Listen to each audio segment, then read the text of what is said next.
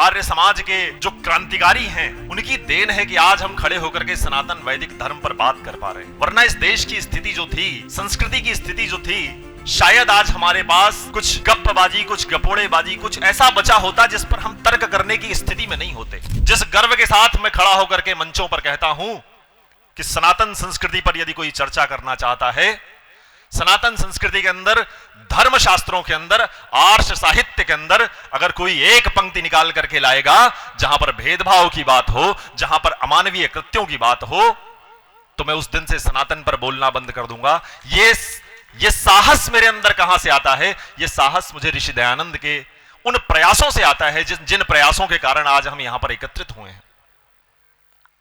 तो आप सब जानते हैं, महर्षि दयानंद के विषय में बात करें, ऋषि श्रद्धानंद के विषय में बात करें, उनका जीवन, उनका परिचय, ये सब पता है आपको। आज मैं कुछ अलग बात करना चाह रहा हूं। मेरा विषय तो वैसे है स्वामी श्रद्धानंद और उनका जीवन, उनके द्वारा किए गए समाज सुधार के कार्य।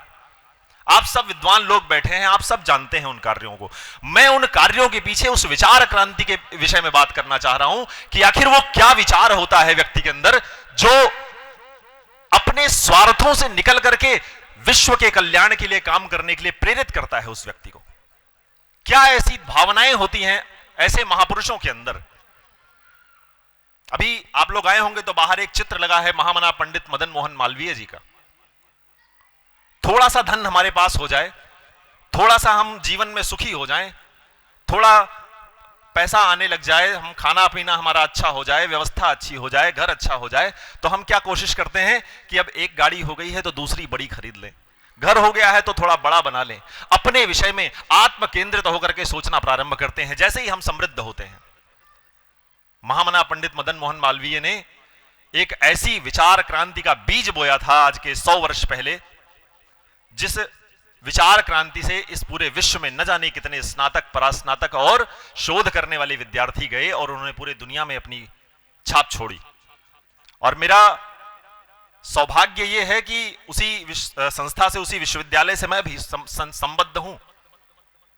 इसी प्रकार और भी न जाने कितने क्रांतिकारियों ने अपने जीवन को आहूत किया।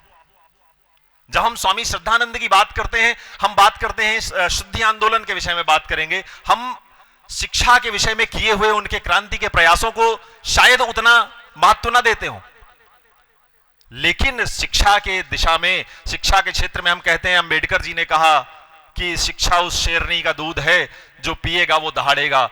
उनसे न जाने कितने वर्ष पहले ऋषि दयानंद और ऋषि श्रद्धानंद ने इस पर शिक्षा पर इतना जोर दिया, इतनी बात की, इतनी चर्चा की, इतने प्रयास किए कि आज हम सब शास्त्र में शिक्षित हो रहे हैं। तो ये संलिप्त प्रयासों का परिणाम है। एक छोटी सी पीतल की गोली किसी व्यक्ति को इस संसार से जरूर विदा कर सकती है, परंतु वो विचार जो उसने बोए हैं संसार में, वो यहां से कभी विदा नहीं होते। एक छोटी सी घटना जो आप सब जानते हैं, अब्दुल राशिद के विषय में, जो स्वामी श्रद्धानंद के सीने पे जिसने गोली चलाई। उस समय देश के बड़े बड़े विद्वान, बड़े बड़े विचारक, बड़े बड़े क्रांतिकारी कहे जाने वाले लोग मौन रहे। बाद में उसका परिणाम उन्हें खुद भुगतना पड़ा। आप जानते हैं मैं किसके विषय में बात कर रहा हूं? जिनसे सबको उम्मीदें थी कि अहिंसा के पुजारी होने के बाद कम से कम ये तो बोलेंगे। उन्होंने क्या बयान दिया? उस बयान से क्या आशय स्पष्ट हुआ? वो कहते हैं कि मुस्लिम समाज की भावनाएं आहत हुई हैं, तो किसी व्यक्ति ने एक कदम अगर उठाया तो उसकी गलती नहीं है। यही तर्क उनकी हत्या पर भी बाद में काम आ गया कि हिंदू समाज की भावनाएं आहत हुई तो किसी ने आपको भी गोली मार दी। तो अपने मृत्यु के 25-30 वर्ष पहले ही वो अपना जस्टिफिकेशन देकर के चले गए थे। हालांकि इन सब विषयों पर बात आज 100 वर्ष बाद करने का कोई ज्यादा अर्थ नहीं बनता है। इन पर बात करना सिर्फ इसलिए जरूरी होता है क्योंकि इतिहास कार चलाते समय उस बैक मिरर की तरह है, जो बहुत महत्वपूर्ण तो नहीं है, लेकिन उसको नहीं देखेंगे तो हमारी दुर्घटना दोबारा होगी। तो इसलिए इतिहास को छोड़ करके हम आगे नहीं बढ़ सकते। जब मैं क्रांतिकारियों को याद करता हूं, आर्य समाज के योगदान को याद करता हूं, स्वामी श्रद्धानंद के विचार के योगदान को याद करता हूं, तो मुझे पंडित चंद्रशेखर आजाद की याद आती है, मुझे सरदार भगत सिंह की याद आती है। एक छोटी सी घटना है उनके जीवन की।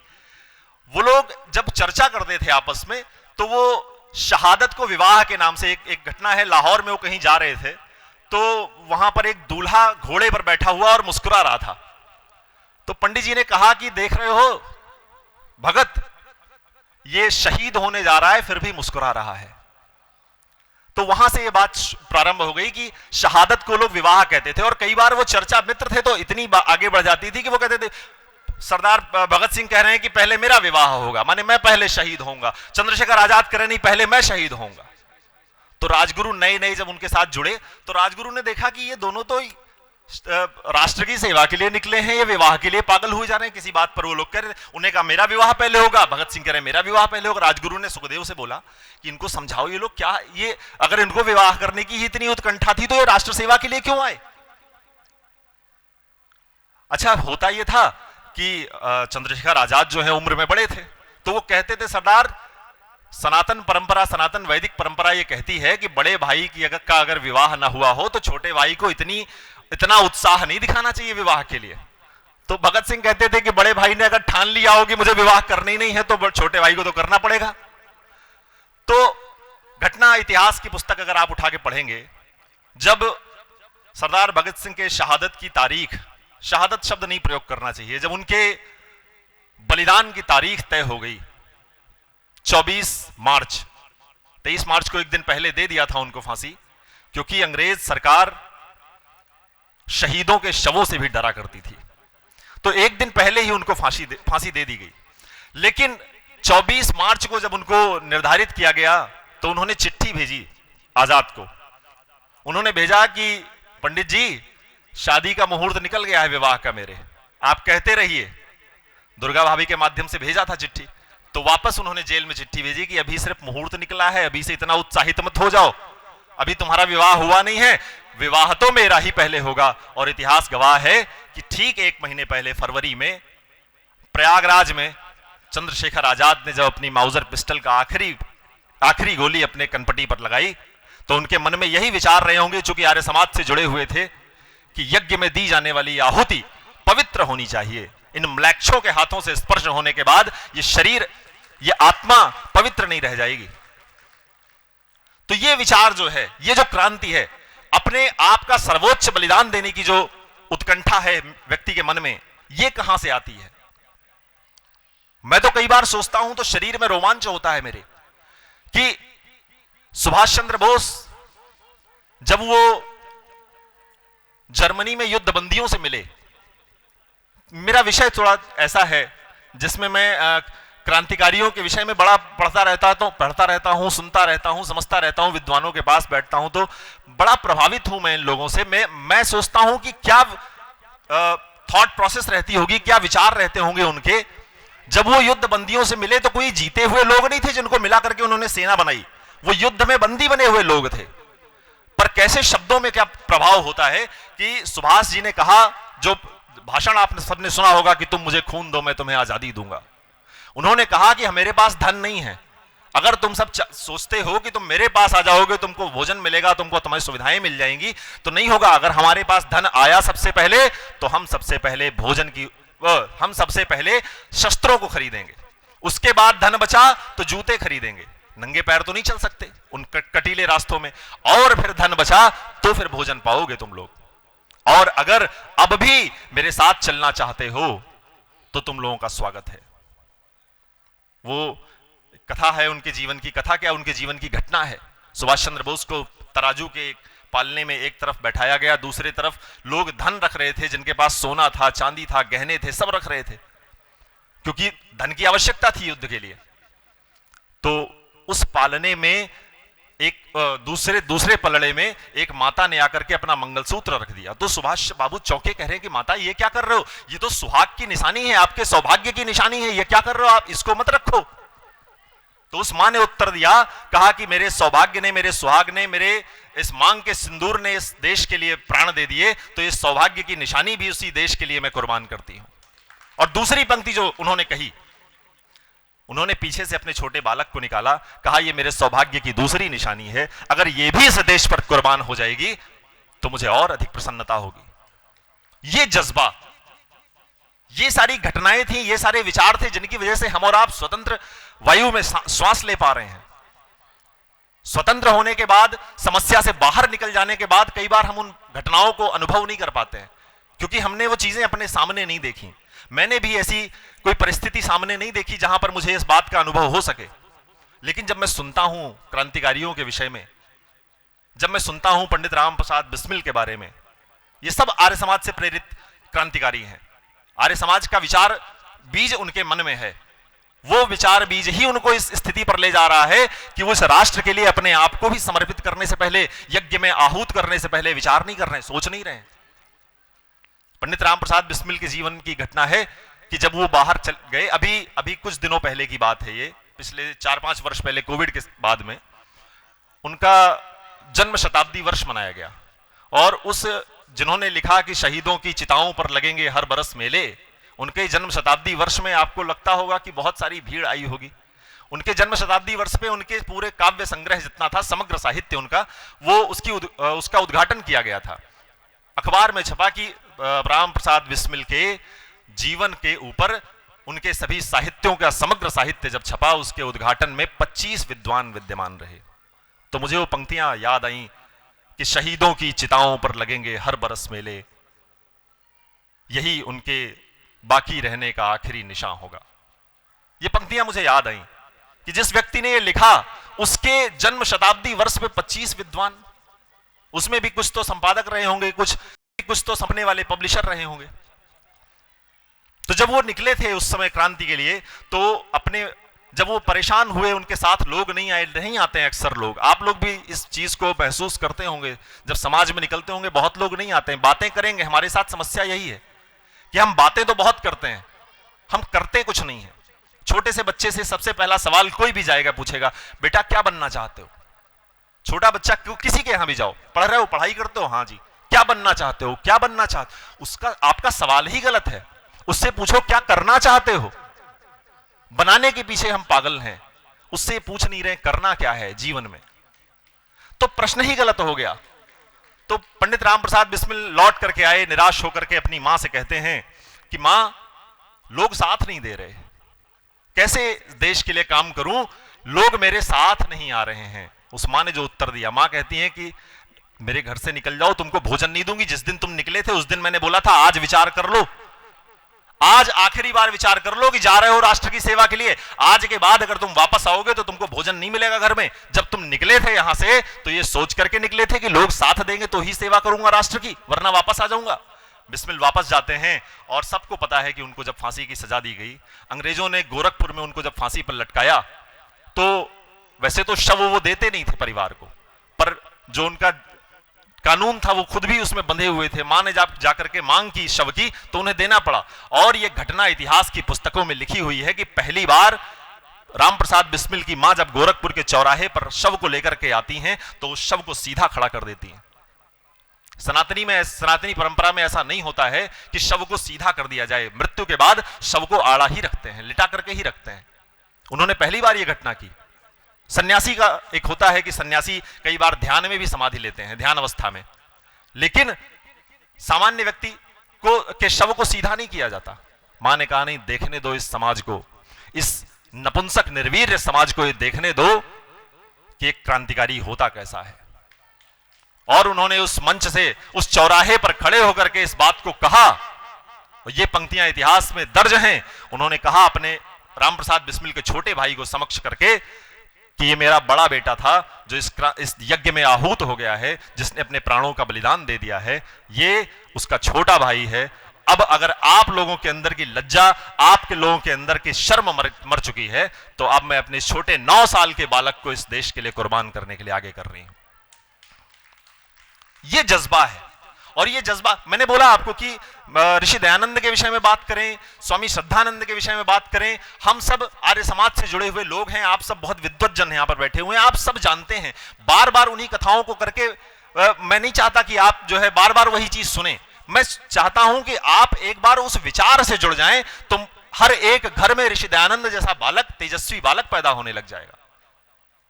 इस देश को बदलने की आवश्यकता है तो सिर्फ इन बातों पर चर्चा करने से नहीं होगा। जो मैंने अभी बोला कि हम भगवान श्री कृष्ण की गीता पढ़ें तो, पर उसको आचरण में न ला पाए। भगवान श्री कृष्ण की गीता पढ़ने के बाद उसको अगर हम आचरण में नहीं उतार पा रहे हैं तो ये किसकी गलती है? छत्रपति शिवाजी महाराज के विषय में आप सब जानते होंगे। मिर्जा जयसिंह क्या किसी दूसरे धर्म का व्यक्ति था, दूसरे मजहब का था, जिसने उनके साथ छल किया? असंख्य नाम गिना सकते हैं, असंख्य नाम ऐसे हिंदुओं के ही गिना सकते हैं जिन्होंने छल किया, तो उसका परिणाम यह हुआ कि हिंदू हारा। युद्धों में कभी नहीं हारे हम, डरते हैं छल छंदों से, हर बार पराजय पाई है अपने घर के जयचंदों से। अपने घर के जयचंदों से ही पराजित हुए हैं। और ये विडंबना है। ये ऐसा नहीं कि पहले था, आज नहीं है या कल नहीं होगा, आज भी है। आज भी हमारे बीच में ऐसे लोग मौजूद हैं। जब आप कुछ कर रहे होंगे, कुछ ऐसा करेंगे जो लगेगा उनको कि आप तो उनसे आगे निकल जाएंगे, तो जो व्यक्तिगत स्पर्धा जब बीच में आ जाती है तो प्रयास करते हैं कि जैसे एक बाल्टी में 10 केकड़े रख दो तो कोई केकड़ा बाहर नहीं निकल पाएगा, क्योंकि जैसे ही एक निकलने की कोशिश करेगा दूसरा उसको नीचे खींच लेगा। तो ये हमको समझना है कि हम व्यक्तिगत रूप से जब तक सोचते रहेंगे, व्यक्ति के विषय में विचार करते रहेंगे, तब तक कुछ कल्याण नहीं हो सकता। ऋषि दयानंद अपने विषय में सोचते तो उस व्यक्ति को जिसने उन्हें खीर में जहर दिया था, उसके ऊपर वो करुणा न करते। उन्होंने क्यों करुणा की कि आज हम मंच से खड़े होकर के उदाहरण दे पाएं कि कोई आपके। अच्छा, लोग क्या कहते हैं? लोग कहते हैं कि अरे वो मेरे साथ गलत कर रहा है तो मैं उसके साथ अच्छा करूं क्या? अरे उसने मेरे साथ ऐसा कर दिया, वो फला व्यक्ति देखो मेरे साथ कैसे व्यवहार करता है। तो ये उदाहरण ऋषि दयानंद ने दिया कि उन्हें किसी व्यक्ति ने विष दे दिया और वो क्या कहते हैं कि तुम भाग जाओ यहां से, तुम चले जाओ, नहीं तो तुमको ये राजा मार देगा, यहां का तुम्हें प्राणदंड दे देगा। इतनी करुणा, मतलब मेरे शरीर में रोमांच हो रहा है इस बात को कि इतनी करुणा किसी व्यक्ति के अंदर कैसे हो सकती है, जिस व्यक्ति को यह पता चल गया हो कि इसकी वजह से मेरे प्राण जाने वाले हैं। इतनी बड़ी क्रांति जो मैंने खड़ी की है, जिसका मैंने प्रयास किया है कि इस पूरे राष्ट्र को, पूरे भारतीय संस्कृति को पूरे विश्व में स्थापित करूं, वो क्रांति भी समाप्त हो सकती है। उन्हें तो नहीं पता था कि आर्य समाज को इतना आगे उनके कर्मठ जो है कार्यकर्ता ले जाएंगे आगे, ये तो नहीं पता था उस समय। ये विचार मन में आया होगा कि ये क्रांति आज समाप्त हो सकती है सिर्फ इस नालायक के, इस मूर्ख के छोटे से इस दृष्ट कदम की वजह से। लेकिन फिर भी उन्होंने अपनी जो ये जिज्ञासा, जो ये इच्छा थी उनके अंदर, उस इच्छा से ऊपर उस व्यक्ति के प्रति जो उनकी करुणा थी उसको रखा। तो क्रांतिकारियों के विषय में, ऋषियों के विषय में, महर्षियों के विषय में ये देश, जब हम बात करते हैं, अगर हमारे बच्चों के नायक, ये जो फिल्मी सितारे हैं जिनको कहते हैं हम हीरोज कहते हैं, नायक हैं, इनको नायक बनाएंगे तो यही होगा कि फिर सड़कों पर सीटियां बजाएंगे। वो थिएटर्स में सीटियां बजा रहे हैं, ये बच्चे जो है सड़कों पर सीटियां बजाएंगे। फिर उसके बाद हम कहेंगे कि इस देश की पीढ़ी जो है बहुत बिगड़ गई, बहुत बर्बाद हो गई है। माँ बाप स्वयं ले जा रहे हैं बच्चे को थिएटर में। जब थिएटर पे अश्लील गाना बजता है तो माँ बाप के बच्चे के सामने माँ बाप स्वयं सीटियां बजा रहे हैं। और जब बच्चा सड़क पे सीटी मारता है तो कहते हैं कि ये देखो, ये लड़का जो है बिगड़ गया है, इस देश का जेनजी, इस देश का आने वाली पीढ़ी जो है समाप्त हो चुकी है। आप बताइए, उस बच्चे ने कुछ अपराध किया, उसको फांसी पे लटका दो, लेकिन आपके साथ क्या किया जाए, जो उसका वास्तविक दोषी है। तो ये सारी बातें बहुत महत्वपूर्ण है कि हमको ये समझना पड़ेगा। अगर हम अपने बच्चों के सामने महर्षि गौतम, कणाद, जैमिनी, पाणिनि, पतंजलि, चरक, सुश्रुत, धन्वंतरी, ऋषि दयानंद ऐसे आदर्श, स्वामी श्रद्धानंद ऐसे आदर्श नहीं देंगे तो हम क्या चाहते हैं कि फिर हमारे बच्चे जो है ऐसी फिल्मों को देख करके, ऐसे अश्लील गानों को सुन करके फिर उनके अंदर से दयानंद ऋषि पैदा हो जाएंगे। तो यही होगा जो हो रहा है, और इसको स्वीकार करने का साहस रखिए। फिर तो स्वीकार करने का साहस अगर आपके अंदर नहीं है तो ये आपका दोष है, ये सत्य का दोष नहीं है। हमने नीम का पेड़ लगाया है, हम आम की कल्पना कर रहे हैं, तो ये हमारा दोष है, ये उस बीज का दोष नहीं है। और ये बात मैंने अभी परसों के बात उसमें भी कही थी कि भारत, जब हम बात करते हैं इतिहास में तो हम कहते हैं कि इंग्लैंड ने पूरे दुनिया पर शासन किया है, 2/3 विश्व पे उसका शासन रहा है। हम भूल जाते हैं कि भारत ने बिना एक भी सैनिक भेजे, बिना एक भी हथियार लिए पूरे विश्व पर राज्य किया है, सांस्कृतिक रूप से पूरे विश्व पर राज्य किया है। वो स्वर्णिम युग एक बात निश्चित है कि जिस स्वर्णिम युग के विषय में बात कर रहा हूं, वो स्वर्णिम युग मात्र आर्य समाज ही वापस ला सकता है। और ये इसलिए नहीं कह रहा कि मैं आर्य समाज के मंच पर खड़ा हुआ हूं। हो सकता है लोगों के मन में विचार आए कि आर्य समाज के मंच पर खड़े हो तो आर्य समाज की तो बात करोगे।